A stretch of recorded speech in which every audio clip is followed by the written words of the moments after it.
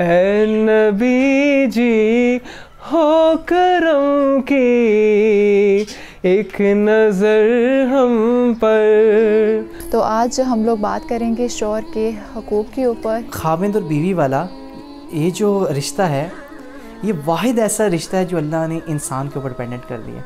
इसको आप ख़ुद चूज़ करते हैं। कुरान मजीद में किसकी आवाज़ को सबसे बुरा फरमाया गया है?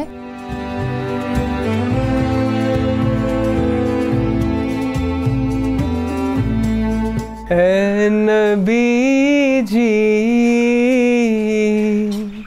ऐ नबी जी हो करम की एक नज़र हम पर, हो एक नज़र हम पर। नूर रहमत से हूँ रोशन सब हमारे घर। ऐ नबी जी हो करम की एक नज़र हम पर, हो एक नज़र हम पर। प्यारे हो तुम अल्लाह के सपर खुला, बाबे अता दुश्मन को भी जो दे दुआ वो है मेरा आका। नूर रहमत से हूँ रोशन सब हमारे घर। ऐ नबी जी हो करम की एक नज़र हम पर, हो एक नज़र हम पर। बिस्मिल्लाहिर्रहमानिर्रहीम। अस्सलाम वालेकुम। आप सबको रमज़ान एक मरतबा फिर बहुत बहुत मुबारक। और माशाल्लाह हम दूसरे अशरा जैसा कि स्टार्ट हो चुका है और आज 14वां रोज़ा है और 13 रोज़े गुज़र गए, पता भी नहीं चला। अल्लाह ताला इस तरह अपना करम हम लोगों पर बनाए रखे और अल्लाह और आसानियाँ पैदा करे कि हम खैर खैरियत से और अच्छे अमाल के साथ अल्लाह को राज़ी कर कर ये रमज़ान इंशाअल्लाह गुज़ारें। और आज का जो हमारा टॉपिक है, सबसे पहले चलते हैं टॉपिक की तरफ और नईम ख़ान साहब से पूछते हैं कि वो आज क्या रोशनी डालेंगे इस टॉपिक के ऊपर। तो आज का जो हमारा टॉपिक है वो बहुत ज़्यादा इम्पॉर्टेंट टॉपिक, जैसे कि मैं जो भी हमेशा टॉपिक लेकर आती हूँ मेरी कोशिश होती है कि थोड़े से मुख्तसर बात की जाए, लेकिन टॉपिक जो है वो बहुत ज़्यादा इम्पॉर्टेंट हों। तो आज हम लोग बात करेंगे शौहर के हकूक़ के ऊपर और देखते हैं कि इस पर क्या रोशनी डालते हैं नईम ख़ान साहब। अस्सलाम वालेकुम। जी नईम साहब, आप प्लीज़ आज का जो हमारा टॉपिक है शौहर के हकूक़, इसके बारे में प्लीज़ आप थोड़ा सा हमारे जितने भी नाज़रीन हैं, हमारी यूट्यूब फैमिली है जो देख रहे हैं, इन्हें प्लीज़ थोड़ा बहुत आगाह करें। जी बिस्मिल्लाहिर्रहमानिर्रहीम। माशाल्लाह हिना बहन ने बहुत ही खूबसूरत सवाल किया है और ये जो आज का आपने टॉपिक चुना मेरे ख़्याल से एक बहुत ही अहम टॉपिक है। और मौजूदा जो हमारे हालात चल रहे हैं और जितने भी मसाइल हैं और उनमें से भी एक बहुत अहम मसला भी इसी चीज़ का आता है। तो मैं इस चीज़ का शुरुआत इस खूबसूरत बात से करूँगा कि अल्लाह रब्बुल इज़्ज़त की ज़ात आली ने इंसान को दुनिया में भेजा और उसको मुख्तलिफ़ किस्म की नेमतें अता की, ढेर सारी नेमतें अता की और उसको रहने के लिए हर चीज़ अल्लाह पाक ने मुहैया की। इसके साथ साथ अल्लाह अगर कि इंसान खूबसूरत ज़िंदगी गुजार सके, इसके लिए अल्लाह पाक ने उसको माँ बाप, बहन भाई, औलाद और इस तरह के मुख्तलिफ़ रिश्तों में अल्लाह पाक ने अता की कि जिनके साथ वो मिल के अपनी ज़िंदगी को खूबसूरत बना सके। और लेकिन जो इसमें खाविंद और बीवी वाला ये जो रिश्ता है, ये वाहिद ऐसा रिश्ता है जो अल्लाह ने इंसान के ऊपर डिपेंडेंट कर दिया। इसको आप ख़ुद चूज़ करते हैं, आप अपने लाइफ पार्टनर को ख़ुद चूज़ करते हैं, उसके सिफ़ात देखते हैं और ये अल्लाह ने आपको इख्तियार दिया है। और अल्लाह के नज़दीक सबसे जो पसंदीदा रिश्ता है वो शौहर और बीवी का है।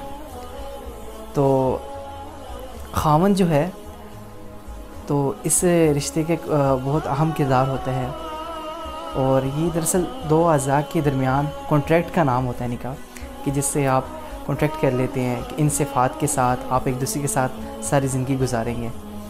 तो एक जो शोहर होता है, कुरान पाक में मर्द को फजीलत दी गई है ना, कि मर्द ताकतवर भी करार दिया गया है और उसका रुतबा भी बुलंद बताया गया।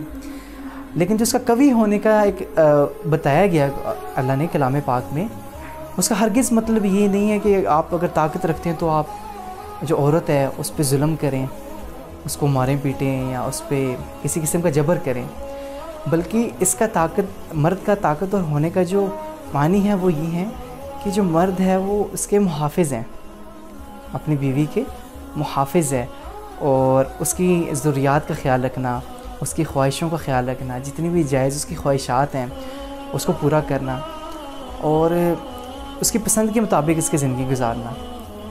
अल्लाह के नबी सल्लल्लाहु अलैहि वसल्लम ने हदीस पाक में फरमाया, जिसका मफ़हूम है कि मोमिन मर्द को चाहिए कि किसी भी मोमिना से बोझ ना रखे, यानी कि अपनी बीवी से बोझ ना रखे। अगर कोई चीज़ उसको बुरी उसके अंदर आदत है तो यकीनन उसके अंदर कोई अच्छी आदत भी होगी जो उसको पसंद होगी। तो इसको मद्देनज़र रखते हुए एक ख़ूबसूरत ज़िंदगी गुजारी जाए, एक दूसरे का ख्याल रखते हुए और एक दूसरे की डिज़ायर्स का, ख्वाहिशात का भी इसमें ख़्याल रखा जाए। जज़ाकिल्लाह, थैंक यू सो मच, बहुत बहुत शुक्रिया आपका नईम खान साहब। तो जी, जैसा कि आप लोगों ने सुना जो टॉपिक था हमारा आज का, तो अब चलते हैं हम अपने नेक्स्ट सेगमेंट की तरफ, जो आपका और मेरा फेवरेट सेगमेंट है, जो मैं अपने प्यारे छोटे छोटे मेरे बहन भाई हैं, बच्चे हैं जो मुझे देखते हैं, मेरी बहनें देखती हैं, उनके लिए मैं एक कोई ना कोई कहानी लेकर आती हूँ। और आज का जो हमारा किस्सा है वो है बाप की मग़फ़िरत। उसका जो टाइटल है वो है बाप की मग़फ़िरत। अब आप सल्लल्लाहु अलैहि वसल्लम के ज़माना में एक सहाबी वो सफ़र पे चले गए और उनकी जो बीवी थी वो घर पे रह गई, और उन्होंने हुक्म दिया जाते हुए कि तुमने घर से बाहर नहीं जाना बग़ैर किसी काम के, या बिल्कुल घर के अंदर ही रहना, घर के अंदर काम करने, बच्चों को संभालना है, घर के बाहर नहीं जाना। तो अल्लाह की नेक बंदी अपने घर पे रही, अपने बच्चों को संभालने लगी। और एक दिन उसके मायके से कोई आता है और ख़बर लेकर आता है कि तुम्हारा जो बाप है वो बहुत ज़्यादा बीमार है, तो तुम उसकी ख़बर लेने नहीं आओगी। तो वो कहती है कि नहीं, मेरे शौहर का हुक्म यही है कि मैं घर पे रहूँ, तो मैं ना जाऊँ। तो वो ना घर पे ही रहती है। फिर कुछ अरसे बाद फिर दोबारा उसके ख़बर आती है उसके मायके से कि जो आपके जो वालिद मोहतरम हैं वो बहुत ज़्यादा बीमार हैं और आप उनकी इयादत के लिए नहीं आओगी। तो वो आप सल्लल्लाहु अलैहि वसल्लम की खिदमत में हाज़िर होती है, कहती है कि आप सल्लल्लाहु अलैहि वसल्लम क्या मैं जा सकती हूँ, और मेरे शौहर का ये हुक्म है। तो आप सल्लल्लाहु अलैहि वसल्लम ने कहा अगर आपके शौहर का ये हुक्म है कि घर पे रहो तो फिर आप घर पे ही रहो।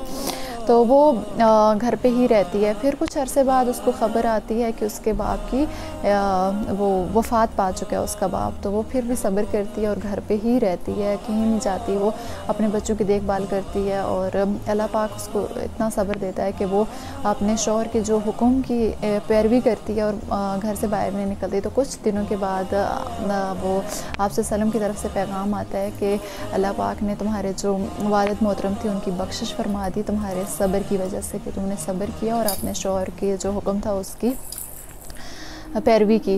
तो अल्लाह पाक से दुआ है कि अल्लाह पाक मियाँ बीवी का जो भी रिश्ता है, जितने भी दुनिया भर में हैं, उन सबको अल्लाह खुशियाँ दे और खुशियों से रहें एक दूसरे के साथ। और अगर किस्सा बयान करते हुए मुझसे कभी कोई गलती हो जाती है तो प्लीज़ अपनी एक अदना सी बहन समझ के मुझे माफ़ कर दिया करें। तो चलते हैं अपने नेक्स्ट सेगमेंट की तरफ, जो है जी आपका और मेरा फेवरेट सेगमेंट, और जिसके जो पहले जो 10 रोज़ों में थे हमारे बहन भाई विनर, उनके नाम तो अनाउंस हो चुके हैं। और अब देखते हैं कि जो नेक्स्ट हैं उनका वो कितने अच्छे जवाब देते हैं और क्या करते हैं। तो चलते हैं फिर अब अपने नेक्स्ट सेगमेंट की तरफ। अल्लाह का नाम लेकर शुरू करते हैं अपना क्विज़ सेगमेंट। और आज के जो हमारे 3 सवाल आते हैं तो मैं आप लोगों के लिए वो पढ़ देती हूँ।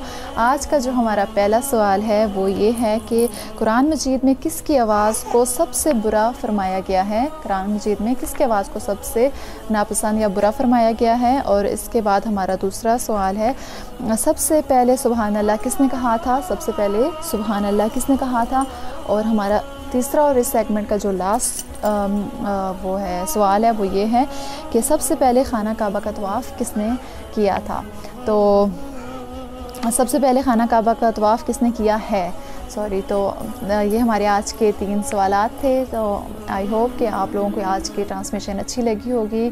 बस एक मैं कोशिश करती हूँ लेकर आऊँ, और मुझसे बहुत ज़्यादा गलतियाँ भी होती हैं, तो आप अपनी छोटी बहन समझ के प्लीज़ मुझे माफ़ कीजिएगा। और फिर इंशाल्लाह कल इसी टाइम आपकी खिदमत में हाज़िर होंगी एक नए टॉपिक के साथ। तो तब तक के लिए अपना और अपनी फैमिली का ख्याल रखें, और अगर आप चाहें तो मेरे चैनल को सब्सक्राइब करें, मेरी वीडियो को शेयर करें, लाइक करें, और इस तरह अच्छे अच्छे और प्यारे प्यारे कमेंट्स और सजेशन और भी देते रहें, ताकि मुझे और मोटिवेशन मिले और मैं और अच्छा करूँ इंशाल्लाह आप लोगों के सामने। तो तब कल तक के लिए फिर अपना ख्याल रखें। फ़ी अमान अल्लाह, अल्लाह हाफ़िज़।